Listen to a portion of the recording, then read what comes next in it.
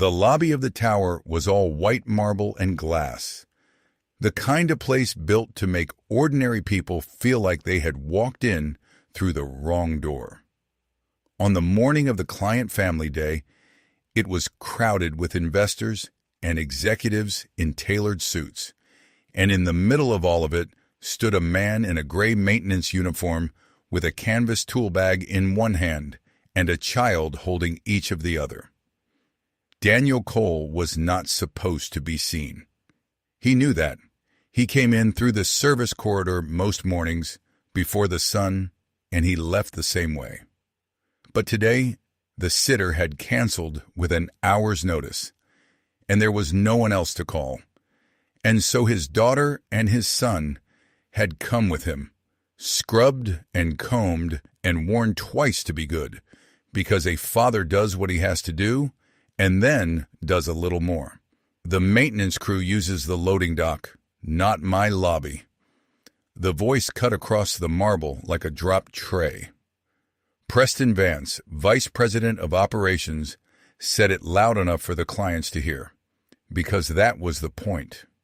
He was a tall man in a suit that cost more than Daniel made in a month, and he waved a hand toward the far doors the way a person shoos a stray animal off a porch. A few of the visitors turned to watch. A few of them smiled the small, embarrassed smiles of people who are glad the cruelty is not aimed at them.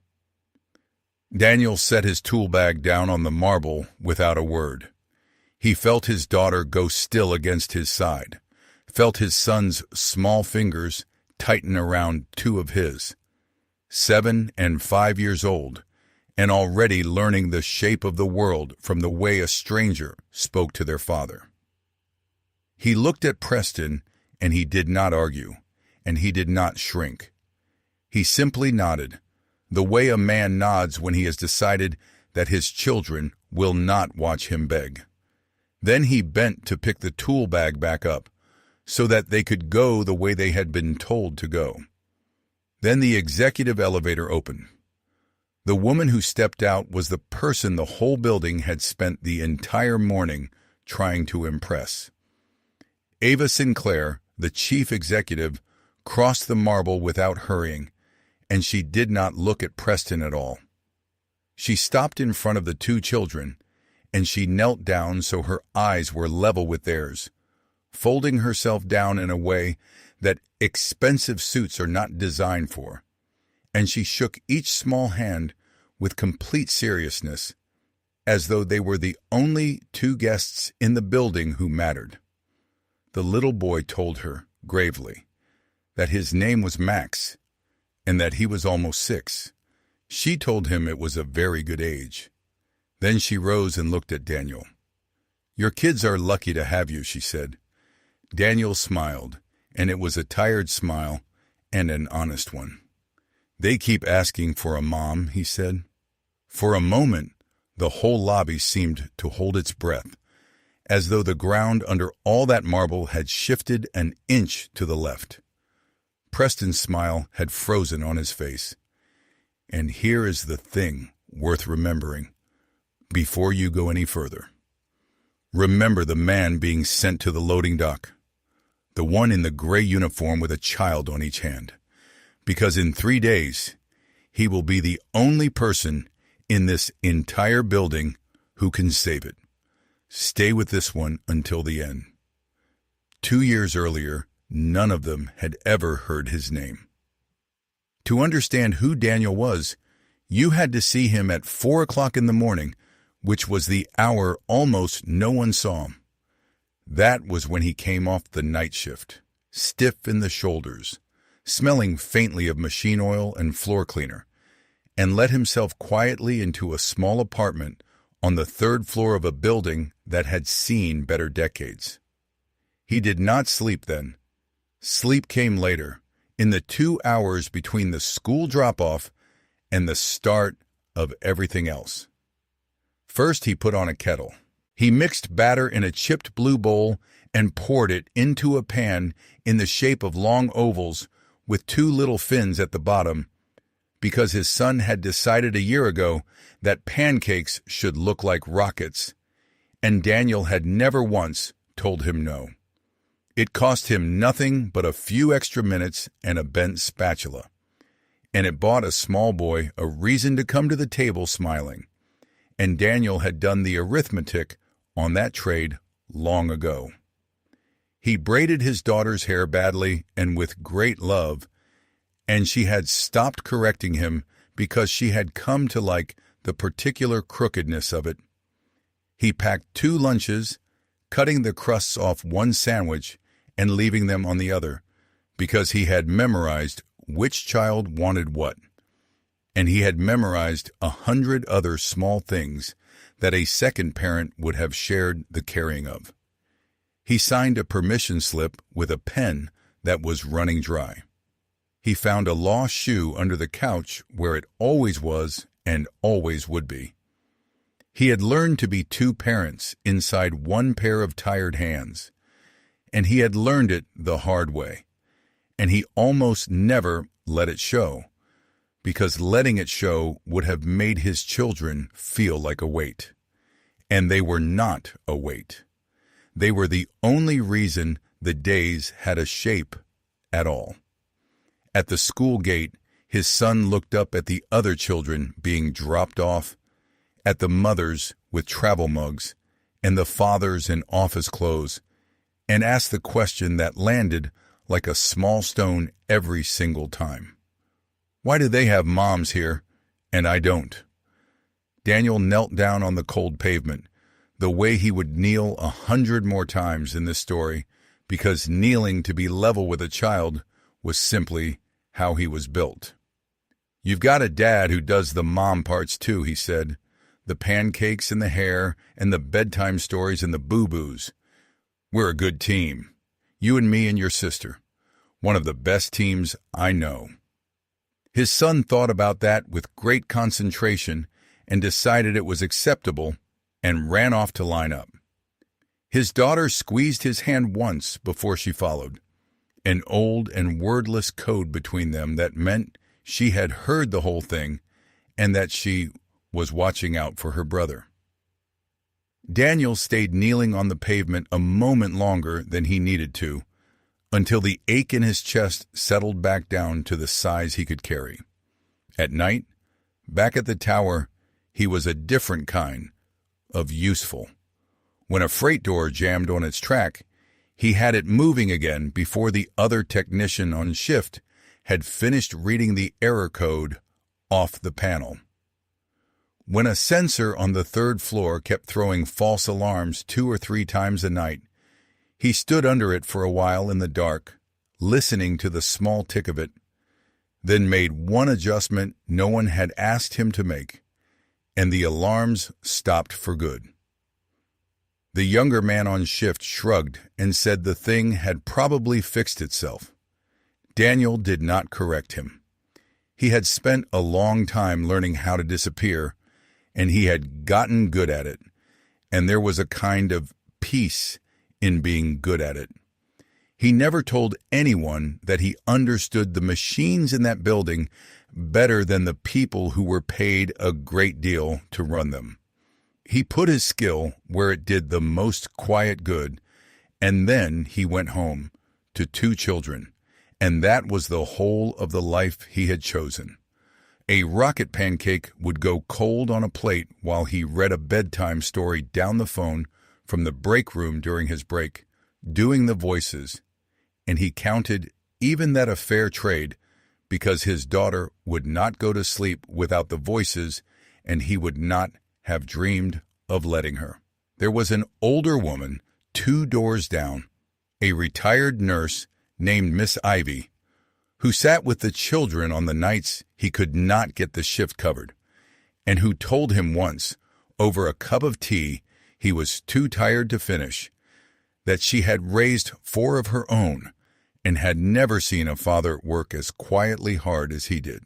He had thanked her and looked at the floor, because he did not know what to do with kindness aimed at himself.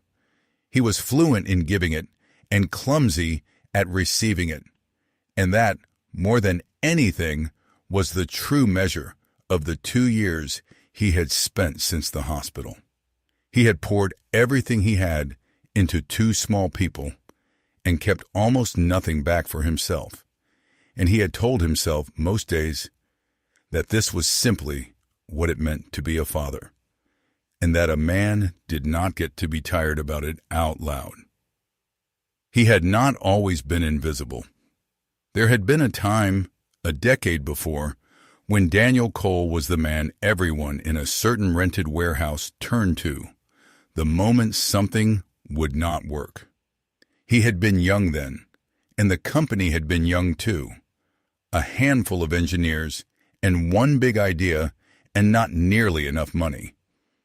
He was the one who designed the flagship line, the automated assembly system that would eventually become the beating heart of the whole enterprise, the thing the investors flew in to see. He drew the first version of it on the back of a food menu. His name went on the first patent in small letters at the bottom that almost no one ever read, and he had not cared then whether anyone read them, because the joy had been in the building of the thing, not in the credit for it. He had built the machine that built the company. And then he had built something he loved far more than any machine. Her name was Sarah, and she laughed at his jokes even when they were not funny, which he always said was the true sign of love. She married him in a courthouse with 2 witnesses and a paper bag of cherries they ate on the steps afterward, spitting the pits into the gutter and laughing. First came a daughter with her mother's stubborn chin. Then, 2 years later, a son who came out yelling and never fully stopped. Daniel would come home from long days, smelling of solder and hot metal, and hold the babies against his chest and feel, for the first time in his whole careful life, that he had made something that mattered more than anything he could ever draw on the back of a menu. Then Sarah got sick, and the world Daniel had built began to come apart at a speed that no engineer, however good, could slow. She was in the hospital for a season that felt at once like a single endless night and like 100 years. He learned the language of that place the way he learned everything, quickly and completely, and none of it did any good. Near the end, when the machines around her bed did the counting that he could not bear to do himself, she took his hand in both of hers, which had gone very thin, and she made him promise something. "Be there for the small stuff," she said, "the pancakes, the hair, the gate at school, the ordinary Tuesday nights. Don't lose yourself in the work to get away from the missing me. Promise me the small stuff, Daniel. The small stuff is the whole thing." He promised. It was the easiest and the hardest promise he had ever made. After she was gone, he found that he could not walk onto the factory floor without hearing the hum of the thing he had made and feeling that it had cost him the years he could have spent at home. So he signed away his role quietly, without a farewell party, because he could not have stood one. He kept only 2 things from those years: a photograph of the 3 of them before the boy on the courthouse steps, and a worn multimeter that had been his own father's before it was his, its casing soft at the corners from decades of being held. When new owners came and restructured the company, when the offices changed hands, and fresh leadership arrived, and the old warehouse became a story people half remembered, Daniel was already gone, a name in a founding file that nobody ever opened. And when, a year later, he needed steady hours and quiet work near his children, he took a maintenance job in that same tower under a new roster and a new manager, and he told not one living soul who he had been. The patent certificate went into a drawer at home, face down, under a growing stack of his children's drawings, which was exactly where he wanted it to stay. The ground began to shift on an ordinary Tuesday. Though no one felt it move at first, Ava Sinclair could not stop thinking about the man in the lobby. She was not a sentimental person, and she would have said so herself. She had taken over a struggling company 2 years before and dragged it back toward solid ground through a great deal of unglamorous work. And along the way, she had learned to trust the small signals that most people were too busy to notice. The way that man had absorbed Preston's cruelty without losing a single degree of his own dignity had told her more about him in 10 seconds than most people managed to reveal in 10 years of meetings. And the way his children had looked at him, not with fear, but with a fierce and settled trust, had told her the rest. Out of something between curiosity and instinct, she pulled the company's founding file, the one almost no one ever read anymore. She scrolled past the early photographs, the rented warehouse, the young faces squinting into a cheap camera. She stopped on the original patent for the flagship line, the machine that still, all these years later, earned the company most of its money. She read the name in the small letters at the bottom, Cole. She sat very still for a while. Then she opened the current maintenance roster, and she scrolled, and she found the same 4 letters on the night shift listed under a job title that meant the leadership of the company had walked past this man 100 times without a single one of them ever once looking at his face. "It can't be the same man," she said aloud to the empty office. But she did not believe herself, and she was a person who had built a career on knowing when she was lying. She found out for certain a few nights later, and she found out by accident, which is how the truest things are usually found. She had stayed late, later than she meant to, and she wandered down to the break room for coffee she did not need. Daniel was there, sleeves rolled up past the forearm, quietly repairing the coffee machine that no one had officially reported broken, because everyone had simply, silently, started walking to the one down the hall instead. "You fix things that aren't your job," she said from the doorway. He did not startle, which she noticed. "Somebody should," he said. He tightened a fitting with a quarter turn, wiped his hands on a rag, and the old machine gurgled and sighed and came back to life, and the smell of coffee filled the little room. They talked for a while without any titles between them, the way 2 tired people talk at midnight when the building is empty and the day has taken all the performance out of them. She did not tell him what she had found in the founding file. He did not tell her what she had clearly already guessed. 2 full cups of coffee went cold on the counter between them because they both forgot entirely to drink them, and neither of them noticed the time until it was very late. The next morning, Preston Vance stood in front of the whole assembled company and announced the thing that would decide all of their futures. A group of major investors was coming in 3 days to watch the flagship line run at full capacity, a live demonstration of the machine that was the company's whole reputation. If it went well, he said, the company would be secured for years to come. If it did not, well, he did not finish the sentence, but 400 people did the math in their own heads, the math about rent and groceries and children's shoes. Preston smiled as he spoke, entirely certain, as he had always been certain, that nothing he did not personally control would ever dare to go wrong. Preston did not like the way the chief executive had started noticing the janitor. He would not have used the word threatened, even alone, even to the mirror.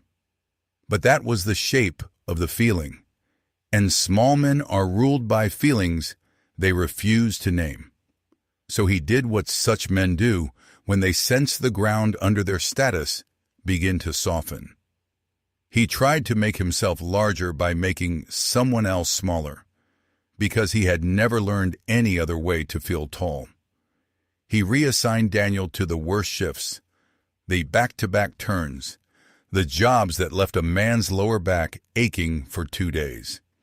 He found reasons to speak to him in front of other people, always with that thin, practiced smile, always loud enough to be overheard.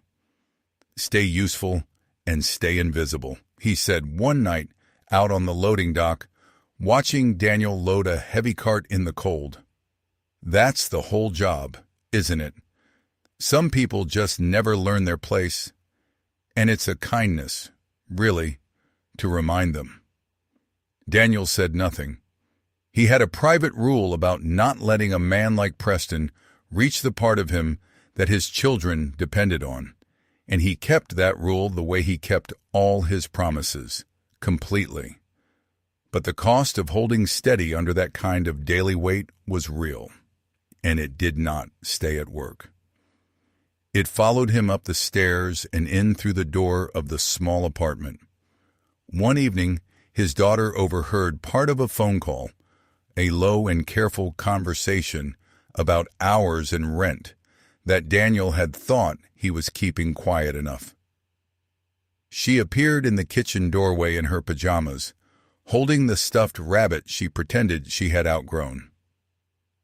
"Are we going to have to move again?" she asked, in the small flat voice children use when they are trying to be brave about something too big for them.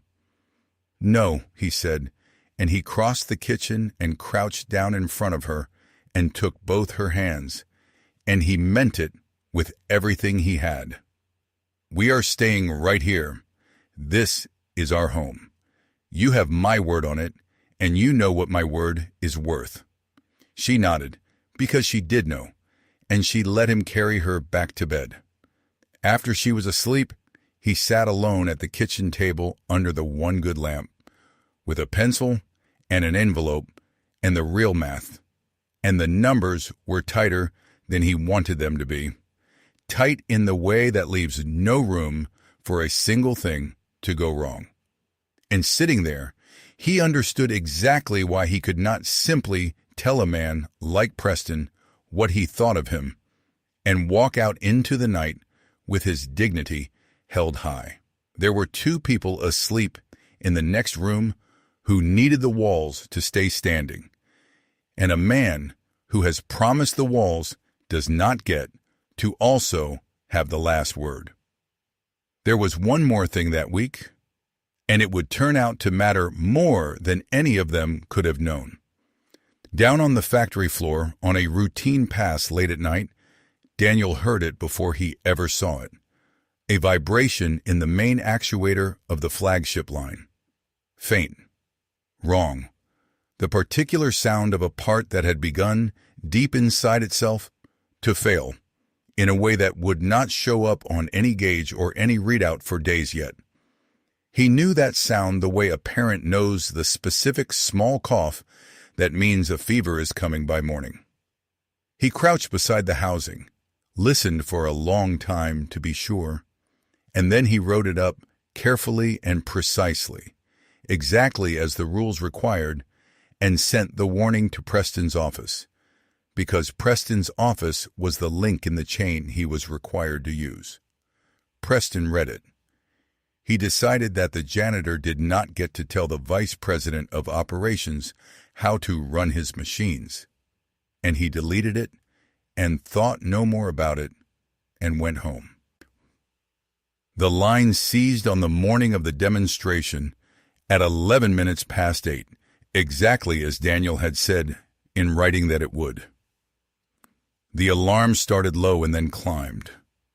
By the time the first of the investors' cars were pulling up to the curb outside the tower, the flagship line stood dead and silent on the factory floor, and the panic around it had a sound all its own, a rising human noise underneath the terrible stillness of the stopped machine.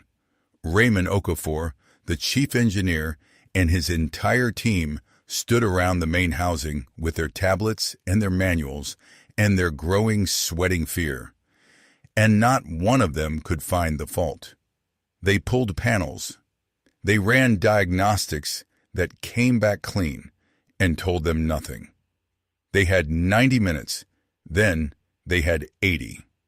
Then they had less than that, and the numbers on the clock had teeth. Daniel watched from the mouth of the hallway with a mop bucket he had not touched in a quarter of an hour. He thought about the 400 people who worked on that floor and in the offices above it, the ones whose rent and groceries and children's shoes all rode, whether they knew it or not, on the next 90 minutes going right. He thought about his own 2 children, asleep that morning at a neighbor's before school, and the walls he had crouched down and promised to keep standing. And he thought about Sarah and the small stuff, and how she had never once in her life asked him to make himself small. She had only asked him to be present. Those were not the same thing. It had taken him 2 years of mopping floors to feel the difference all the way down. Gene Holloway found him standing there. Gene was the old head of maintenance, 62 years old, gray and slow-moving and sharp-eyed, the one man in the whole building who had ever treated Daniel as though he might be something more than the uniform he wore. "I know what's wrong with it," Daniel said quietly, not taking his eyes off the dead machine. "I've always known. I told them a week ago, and it got buried." Gene looked at him for a long, measuring moment. "They'll never let a mop near that machine," he said. It was not said unkindly. It was simply the truth of the place where they both worked, and Gene was too old to pretend otherwise. "Then I'll ask nicely first," Daniel said. He set the mop handle carefully against the wall, the way you set down something you intend to come back for. He walked to his maintenance cart and lifted out the worn multimeter that had been his father's before it had been his, and he held it the way another man in another kind of story might hold something drawn from a sheath, except that there was nothing violent in it at all, nothing hard. It was the gentlest thing in the world. A man picking up a tool he understood completely and turning to walk into a room that did not want him anywhere near it. He stepped out onto the demonstration floor, into the light and the noise, and for the first few seconds, it went exactly the way that anyone in that room would have predicted. "Get the janitor off my floor," Preston snapped. He was already sweating through his expensive shirt, already looking around for someone to blame, which was the only thing he had ever truly been good at. Let him work. That was Ava. She had come down the moment the alarm started, and she stood now near the front with her arms crossed and her whole attention fixed on Daniel. And there was something in her face that was not surprise at all. "Let him work," she said again, quieter this time. And the flat certainty in her voice stopped Preston where he stood with his mouth still half open. Daniel knelt at the main control housing. His hands moved without a moment's hesitation, because he had opened this exact panel 10,000 times in his memory, and 1,000 times with his own fingers in another life.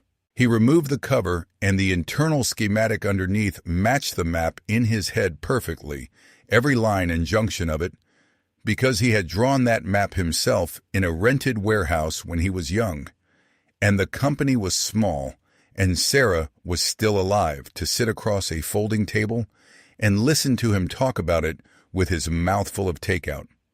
He found the failed safety loop in under a minute. He found the main actuator that had been singing its faint warning for a week, the one no one had listened to, and he saw that it had done exactly what he had written that it would do. He recalibrated it with small, sure turns.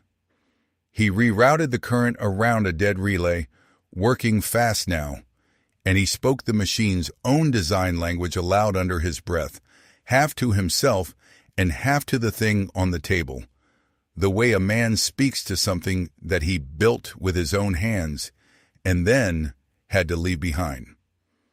Raymond Okafor leaned in over his shoulder, pale to the lips. "How do you know the undocumented firmware?" he asked, and there was something close to fear in it. "That routing isn't in any manual. It isn't written down anywhere. Nobody alive has that." Daniel did not look up from his work. "Because I wrote it," he said, and the flagship line came back to life. It did not roar. Good machines never roar. It settled, part by part, into a clean and even hum, the sound of many hundreds of components moving in exact and practiced agreement, a heartbeat finding its rhythm again. And it happened at the precise moment the investors filed out onto the observation walkway above the floor, so that what they saw below them was not a crisis at all, but a company whose flagship ran like a living thing. Behind the crowd, Ava reached out and tapped the large screen at the front of the room, and the founding patent came up on it, 10 feet tall, and the name at the very bottom in the small letters that no one in that building had ever once bothered to read, said Cole. The whole room turned, slowly, to look at the man kneeling on the floor in the gray maintenance uniform, the man they had sent to the loading dock in front of his own children, and every single one of them understood, all at the same moment, exactly who had been quietly mopping their floors in the dark every night for 2 years. What happened next did not happen all at once. It moved through the building slowly, the way weather moves through a valley, filling the low places first. The deleted warning came back first of all, when the board of directors gathered and asked, reasonably, how a critical production line could have failed catastrophically with no advance notice whatsoever. The company's own record-keeping systems produced a quiet and complete answer. There, time-stamped a full week before the demonstration, was Daniel's report, precise and detailed and signed, describing in plain language the exact failure that had very nearly cost them everything they had. And there, time-stamped less than a minute after it had been received, was the record of Preston Vance opening that report and deleting it unread past the first line. Harold Vance, the chairman of the board, and Preston's own father, read that record through twice in a silence that stretched. Then he set down the tablet and looked at his son across the long, polished table. "You nearly cost us everything to protect your pride," he said. His voice was very quiet, and the quiet of it was far worse than any amount of shouting could have been, and everyone in the room felt it. Preston was reassigned away from operations before the week was out, moved sideways and downward to a small office and a small title in a division where he could break nothing important. There was no dramatic public ruin, no perp walk through the atrium, because the story of Daniel Cole was never going to be a story about a man being crushed underfoot. That was the whole point of him. On his way out through the marble lobby with a box of his things, Preston passed Daniel, who was on his way in, and for once in his life he had nothing clever prepared. He stopped. "You could have let me fail," Preston said. It came out almost like a question, as though he genuinely did not understand why the world had not worked the way he expected. Daniel looked at him steadily, and there was no triumph in it anywhere, which was somehow the hardest part for Preston to bear. 400 people work here, Daniel said. This was never about you. It was never once about you. And he meant it, plainly and completely, and Preston could tell that he meant it, and somehow That was the thing that finally got all the way through. A man can survive being beaten. People do it every day. It is being shown, without cruelty, a larger and better kind of person than himself that actually changes a man, if anything ever is going to. Up on the executive floor, the board of directors did the thing it should have done years before. They offered Daniel his old rollback, chief engineer. The title that had been his before grief had carried him away from it in the dark. They offered it to him on his own terms, whatever those terms might be, and they found themselves holding their breath a little as they waited for his answer, because they had all learned in the space of a single morning that this was not a man who could be bought with the size of an office or the number on a check. Daniel did not give them an answer that day. He went home, and he sat with it at the kitchen table. He unfolded the patent certificate that he had kept face down in a drawer for years, and he laid it out flat under the one good lamp. And he looked for a while at the small letters of his own name printed there. Then he looked at the children's drawings that had been stacked on top of it all that time, the crayon rockets and the lopsided stick figures and the wobbly hearts with too many chambers, and he understood, sitting there, that the drawings had been on top for a reason, and that the reason was the truest thing he knew. He had walked away from the work in order to keep a promise to a dying woman. He was not now going to break that same promise in order to get the work back. It was not a difficult decision. It only looked difficult from the outside. When he met with Ava the next morning, in her office with the wide windows, he told her that he would take the role. But only, he said, with hours that let him keep doing the school pickups and the rocket pancakes and the crooked braids and the standing at the gate at 3 o'clock. He did not ask for a signing bonus. He did not ask for a corner office or a parking space or his name on the side of the building. He asked in the end for mornings, and for the freedom to leave at 3, and for that to be respected and not quietly resented. Ava studied him across the desk for a long moment, and something in her expression moved and softened past anything that a chief executive was ever supposed to let show at work. "You're negotiating," she said slowly, "for pancake mornings." "Best deal I ever made," Daniel said. "I made it 2 years ago, and I'm not trading out of it now."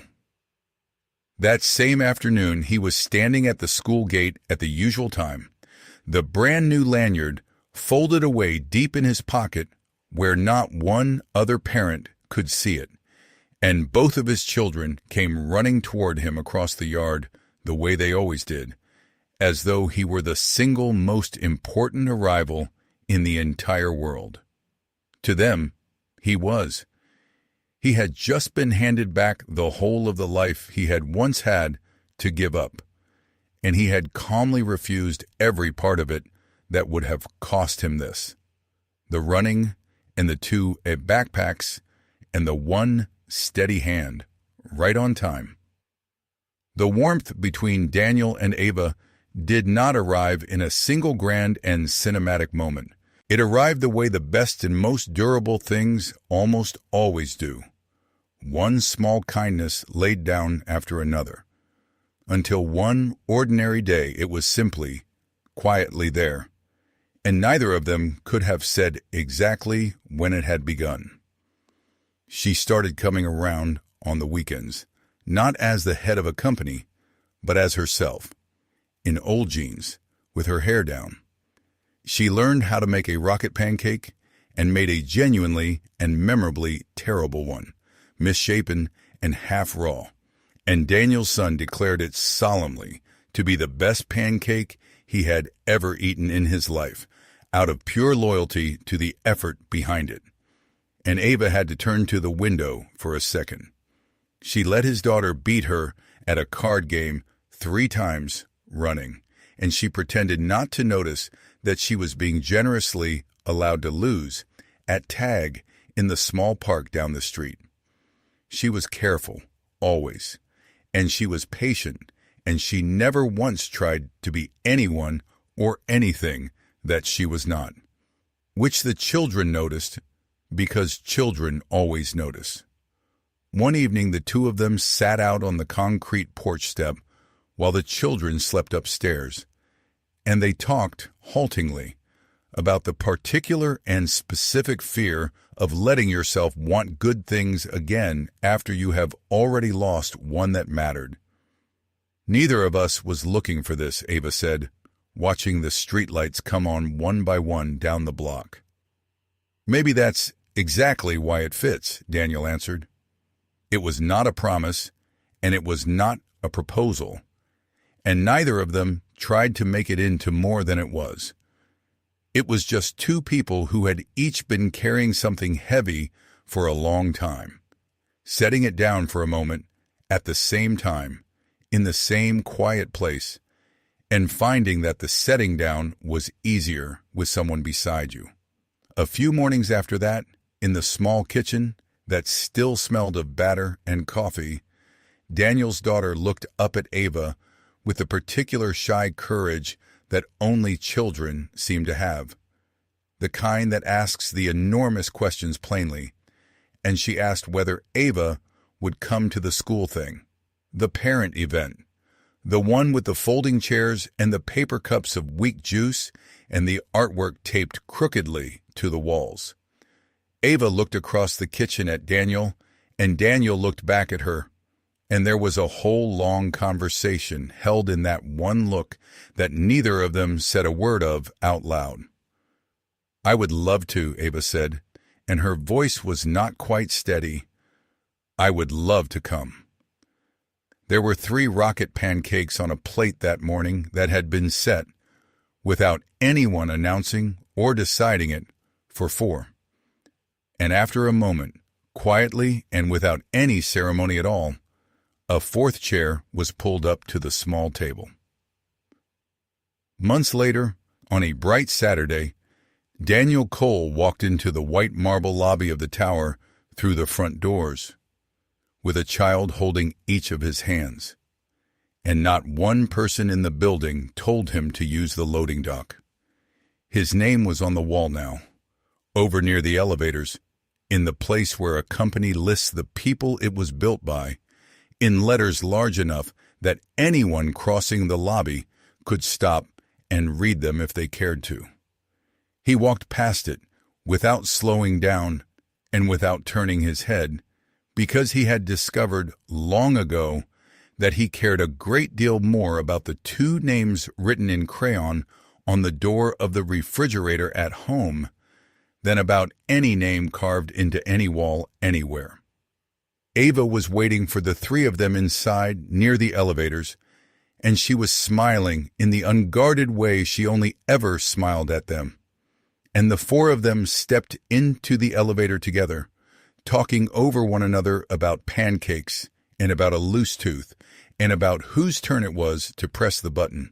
The door slid slowly closed on a family that had put itself together out of nothing at all, out of nothing more than a long series of quiet, ordinary decencies, one lay gently after another in a world that had very nearly failed to notice the man who was making them. Neither of them had gone out looking for any of this. They had only, each in their own way, been looking out for someone smaller than themselves. And sometimes, it turns out, that is exactly and precisely how the very biggest things in a life quietly begin.